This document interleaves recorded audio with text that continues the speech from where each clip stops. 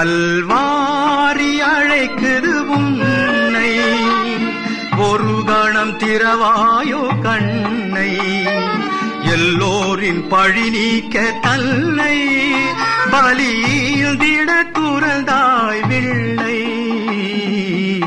கல்வாரி அழைக்குது உன்னை.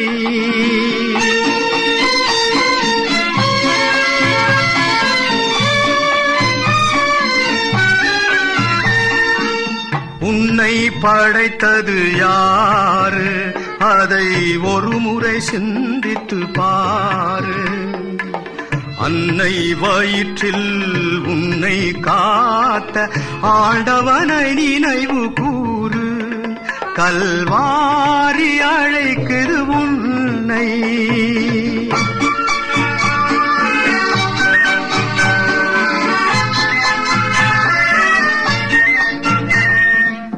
தலைவனை மதிக்க மறுத்து விட்டாயும், தவறினை உணராதிருந்து விட்டாய்.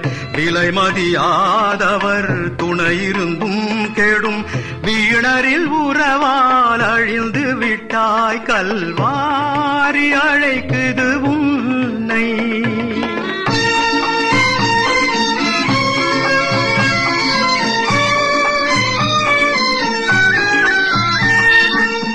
இத்தனை நாளாய் நடந்து வந்த தீய இச்சைகளாலே மதியிழந்த அத்தனை காட்சியும் புரியலையோ, வரும் அழிவு பாதை தெரியலையோ. கல்வாரி அழைக்குது உன்னை.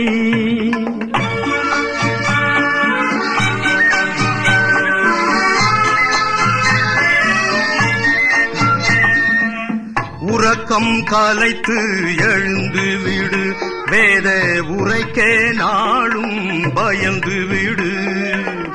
இருக்கும் காலத்தை கழுவு எடுவும், இதயத்தில் இயேசுவுக்கு வழியை விடு. கல்வாரி அழைக்குது உன்னை. ஒரு கணம் திறவாயோ கண்ணை, எல்லோரின் பழி நீக்க தன்னை பலியில் திட துறந்தாய் வில்லை. கல்வாரி அழைக்குது உன்னை. கிறிஸ்டியன் மீடியா சென்டர் வழங்கும் ஈஸ்டர் சிறப்பு நிகழ்ச்சி தமிழன் டிவியில் ஈஸ்டர் தினத்தன்று மாலை 5:30 மணி முதல் 6 மணி வரை ஒளிபரப்பாக இருக்கிறது. காண தவறாதீர்கள்.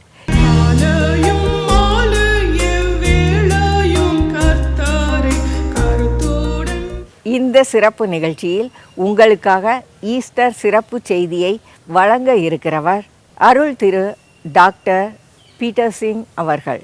உயிர்த்தெழுதல் இன்றி கிறிஸ்தவம் பொருளற்றது என்கின்றார். பூமியின் வரலாற்றில் உயிர்த்தெழுதல் மைய நிகழ்வு.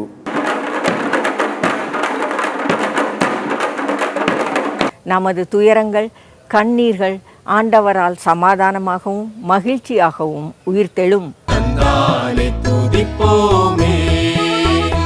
நிகழ்ச்சியை பாருங்க. உங்கள் கருத்துக்களை எங்களுக்கு எழுதி அனுப்புங்க.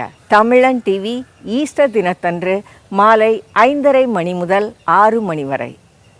கிறிஸ்து இயேசுவுக்குள் அன்பாய் நேசிக்கப்பட்டு அன்புக்குரிய வான்மலர் நேயர்களே, வான்மலர் வழியாக உங்களை சந்திப்பதில் நான் மகிழ்ச்சி கொள்கிறேன். அன்பானவர்களே, உங்களுக்கு பிடித்த ஒரு ஊழியக்காரரை உங்கள் மனதில் நினைத்து கொள்ளுங்கள். எத்தனையோ ஊழியக்காரர்கள் நம்மை சுற்றி இருக்கிறார்கள். நமக்கு சிலரை மிகவும் பிடிக்கும். அப்படி பிடித்த ஊழியக்காரரை உங்கள் மனதில் நினைத்து கொள்ளுங்கள். நிச்சயமாக அந்த ஊழியக்காரிடத்தில் இன்னொரு ஊழியக்காரருடைய சாயல் இருப்பதற்கு அதிக வாய்ப்புகள் உண்டு. சில நேரங்களில் ஊழியக்காரர்களை நாம் கம்பேர் செய்து பேசுவது உண்டு. அந்த பாஸ்டர் மாதிரி இவர், அந்த ஊழியக்காரர் போல இவர் என்று நாம் சொல்வதற்கு காரணம் என்னவென்றால், இன்னொருடைய சாயல் அவர்களிடத்தில் இயல்பாகவே வெளிப்படும். அவர்கள் பயிற்சி பெற்ற இடத்திலோ அல்லது அவர்கள் நேசிக்கிற ஊழியக்காரருடைய சாயலோ அவர்களுக்குள் இருக்கும். ஆனால் திருமறையில் ஒரு திருப்பணியாளர் இருக்கிறார். அவர் ஒப்பற்ற திருப்பணியாளர். அவருக்குள் எந்த சாயலும் இருக்காது. அவருக்கென்று ஒரு தனித்துவ அடையாளத்தை அவர் வைத்திருப்பார். அவரை யாரோடும் ஒப்பிட்டு நாம் பார்க்கவே முடியாது. அவர் யார் என்றால் யோவான் ஸ்நானகன். யோவான் ஸ்நானகன் எல்லா ஊழியக்காரர்களிடமிருந்து வித்தியாசப்படுவதற்கு 3 முக்கிய காரணங்கள் உண்டு. முதல் காரணம் என்னவென்றால், அவர் ஒருபோதும் உணவை பற்றி கவலைப்பட்டதில்லை. உணவுக்கு அவர் முக்கியத்துவம் கொடுத்ததில்லை. திருமறை சொல்லுகிறது, அவர் வெட்டுக்கிளியும் காட்டுத்தேனையும் புசித்து வந்தார் என்று சொல்லுகிறது. இதன் மூலமாக நாம் புரிந்து கொள்ள வேண்டிய விஷயம் என்னவென்றால், அவர் தன் உணவுக்கு அதிகமாக முக்கியத்துவம் கொடுத்தவர் இல்லை. அதே போல அவர் உடையை குறித்து திருமறை சொல்லுகிறது. அவர் ஒட்டக மயிர் தரித்த உடை எப்போதும் அணிந்து கொண்டவராக இருந்தார். அதன் பொருள் என்ன? தன் உடைக்கு அவர் முக்கியத்துவம் கொடுத்தவர் அல்ல. அவர் வாழ்ந்த காலகட்டத்திலேயே ஆசாரியர்கள் மிக சிறந்த உடைகளை உடுத்துவார்கள். அரசர்கள் இரத்தாம்பரமான உடைகளை உடுத்துவார்கள். ஆனால் யோவான் ஸ்நானகனோ தன் உடைக்கு முக்கியத்துவம் கொடுத்தவர் அல்ல. மூன்றாவது, இருப்பிடத்திற்கும் அவர் முக்கியத்துவம் கொடுத்தவர் அல்ல.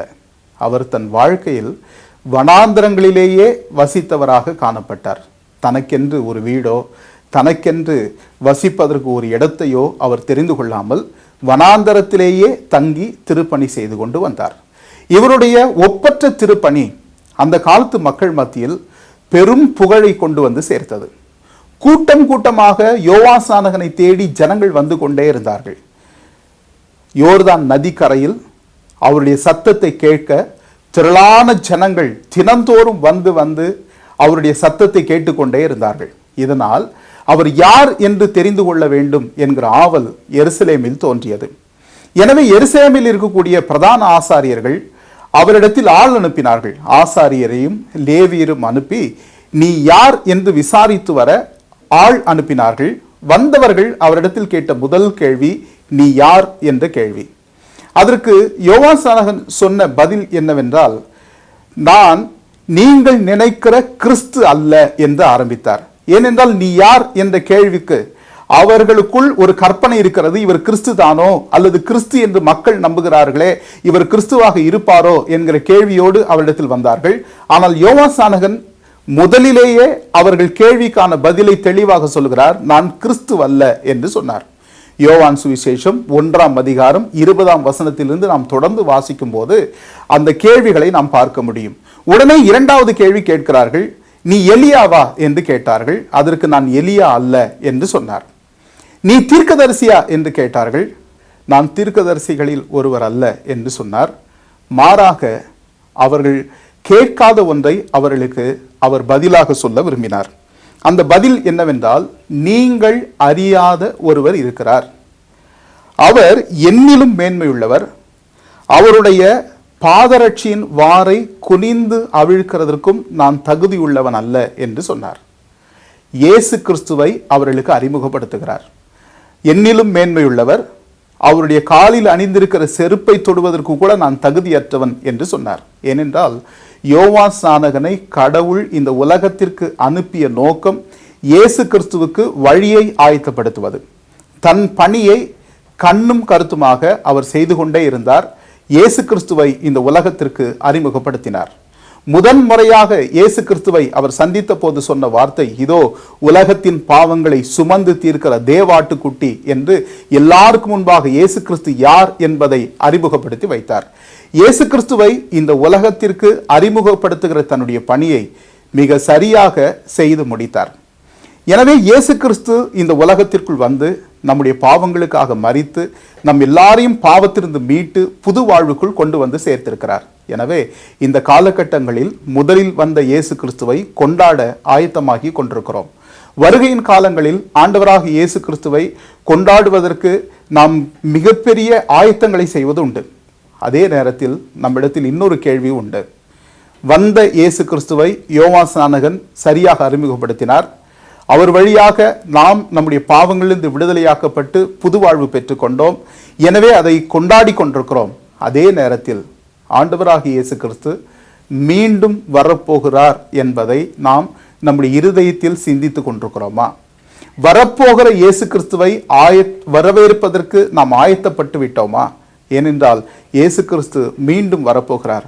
முதலில் வந்த வருகையை கொண்டாடி கொண்டிருக்கிற நாம் மீண்டும் வரப்போகிற கிறிஸ்துவை வரவேற்பதற்கு ஆயத்தமாகி விட்டோமா என்கிற கேள்வி இன்றைக்கு அவசியமாகிறது. இந்த ஆயத்தம் வீட்டில் தொடங்குவதில்லை, ஆலயங்களில் தொடங்குவதில்லை, ஒவ்வொருடைய இருதயத்திலிருந்து துவங்க வேண்டும். ஆண்டவராகிய இயேசு கிறிஸ்து சொல்லுகிறார், நான் மீண்டும் வரும்போது உங்களிடத்தில் சில கேள்விகளை கேட்பேன் என்று சொல்லியிருக்கிறார். நான் பசியாயிருந்தேன், எனக்கு ஆகாரம் கொடுத்தீர்களா? நான் தாகமாயிருந்தேன், எனக்கு தண்ணீர் கொடுத்தீர்களா? நான் காவலில் இருந்தேன், என்னை விசாரிக்க வந்தீர்களா? நான் வியாதியாய் இருந்தேன், என்னை சந்திக்க வந்தீர்களா? என்றெல்லாம் அவர்கள் கேட்டார்கள். அன்பானவர்களே, இந்த கேள்விகளுக்கு பதில் சொல்லுகிற கிறிஸ்தவர்களாக நாம் ஆயத்தப்பட வேண்டிய பொறுப்பு இருக்கிறது. எனவே நாம் அதற்கு நம்மை நாமே ஆயத்தப்படுத்திக் கொள்வதற்கு இந்த தியான பகுதிக்கு நேராக நம்முடைய சிந்தனையை திருப்புவோம். நாம் வரப்போகிற கிறிஸ்துவை வரவேற்பதற்கு ஆயத்தமாகி விட்டோமா என்று சிந்தித்து பார்ப்போம். நம்முடைய இருதயம் அதற்கு ஆயத்தமாக இருக்கிறதா? நம்மை சுற்றி இருக்கிற ஜனங்கள் மீது அன்பு கொண்டவர்களாக, கரிசனை கொண்டவர்களாக, அக்கறை கொண்டவர்களாக நம்முடைய வாழ்க்கை இருக்கிறதா? நம்மை சுற்றி எத்தனையோ பேர் பசியோடு இருக்கிறவர்கள் உண்டு, அவர்களை குறித்து நாம் சிந்தித்து பார்த்தது உண்டா? தாகத்தோடு தவிக்கிற ஜனங்கள் உண்டு, அவர்களை குறித்து நாம் யோசித்து பார்த்தது உண்டா? வீடற்ற எத்தனையோ ஜனங்கள் நம்மை சுற்றி வாழ்ந்து கொண்டிருக்கிறார்கள், அவர்களை பற்றி நாம் சிந்தித்து பார்த்தது உண்டா? அதுதான் வரப்போகிற கிறிஸ்துவை வரவேற்பதற்கு நம்மை நாமே ஆயத்தப்படுத்திக் கொள்ளுகிற வாழ்க்கை.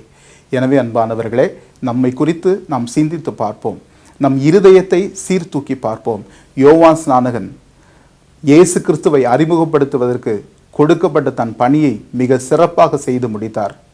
அந்த கிறிஸ்துவின் வழியாக வாழ்வு பெற்று கொண்ட நாம் மீண்டும் வரப்போகிற கிறிஸ்துவை வரவேற்பதற்கு நாம் ஆயத்தத்தோடு இருக்கிறோமா என்கிற கேள்வியை நாம் கேட்டுக்கொண்டு நம்மை முழுவதுமாக இந்த சிந்தனைக்கு நேராக திருப்பிக் கொள்ள தூய ஆவியானவர் நம்மை வழிநடத்தி காப்பாராக. ஆமேன். ஜெபம் செய்வோம். சகல நன்மைகளுக்கும் ஊற்றும் விரடமான அன்பின் பிதாவை, வரப்போகிற கிறிஸ்துவை குறித்து சிந்தித்து பார்க்க நீர் தந்த நல்ல வாய்ப்புக்காக நன்றி செலுத்துகிறோம். நீர் முதல் வருகையில் எங்களுக்காக இந்த உலகத்தில் வந்து சிலுவையில் தன் உயிரை தந்து பாவங்களிலிருந்து மீட்டு கொண்டு புது வாழ்வு தந்தீர். உமது அழைப்புக்கு செவி கொடுத்து உமது பிள்ளைகளாக வாழ அழைக்கப்பட்டிருக்கிற நாங்கள் உமது முதல் வருகையை சந்தோஷமாக கொண்டாடி கொண்டே இருக்கிறோம். அதற்கு பெரும் ஆடம்பரங்களை நாங்கள் எப்போதும் ஏற்பாடு செய்வதுண்டு, மகிழ்ச்சியோடு கொண்டாடுவதுண்டு. இந்த கொண்டாட்டங்களில் நீர் மீண்டும் வரப்போகிறீர் என்பதை சில நேரங்களில் நாம் மறந்து போகிறோம். ஆண்டவரே, இந்த சிந்தனைக்கு நேராய் இந்த வசனங்களை கொண்டு மீண்டும் எங்களை திருப்பியதற்காக நன்றி செலுத்துகிறோம். வரப்போகிற கிறிஸ்துவை வரவேற்க நாங்கள் ஆயத்தமாக எங்கள் இருதயத்தை நீர் திறந்தருளும். அந்த ஆயத்தம் என்ன என்பதை கற்றுக் கொடுத்திருக்கிறீர். எங்களை சுற்றி வாழ்கிற சக மனிதர்கள் மீது நாங்கள் அன்பு கொண்டவர்களாக, அக்கறை கொண்டவர்களாக, அவர்கள் தேவைகளில் உதவி செய்கிறவர்களாக எங்களை வாழ அழைத்திருக்கிறீர். இதுவே கிறிஸ்தவ வாழ்க்கையின் அடிப்படை என்பதை கற்று தந்திருக்கிறீர். ஆண்டவரே, இந்த உலகம் பிற மனிதர்களை பற்றி கவலைப்படுவதில்லை, கண்டு கொள்ளாமல் கடந்து போகும். ஆனால் கர்த்தருடைய பிள்ளைகள் துன்புறுகிற ஜனங்களை சந்திக்கவும் உதவி செய்யவும் அழைக்கப்பட்டிருக்கிறார்கள் என்பதை உமது வசனத்தின் வழியாக நீர் ஞாபகப்படுத்தினதற்காக நன்றி செலுத்துகிறோம். இத்திருப்பணிகளை நாங்கள் தொடர்ந்து செய்ய எங்களை பயன்படுத்தி காத்துக்கொள்ளும். உமது வருகைக்கு நேராக எங்களை ஆயத்தப்படுத்திக் கொள்ள உதவி செய்யும். நீரே எங்களோடு வழிநடத்தி காத்திரலும். இயேசுவின் வழியாய் ஜெபிக்கிறோம் நல்ல பிதாவே, ஆமேன். ஆண்டவராகிய இயேசுவின் கிருபை, கடவுளின் அன்பு, தூய ஆவின் ஐக்கியம், வழிநடத்துதல், ஆசீர்வாதங்கள் நம் அனைவரோடும் இருப்பதாக. ஆமேன். வான்மலரின் புதிய முகவரி கிறிஸ்டியன் மீடியா சென்டர், 105 பாந்தியன் சாலை, 2வது தளம், மியூசியம் எதிரில், எக்மோர், சென்னை 6,08,000.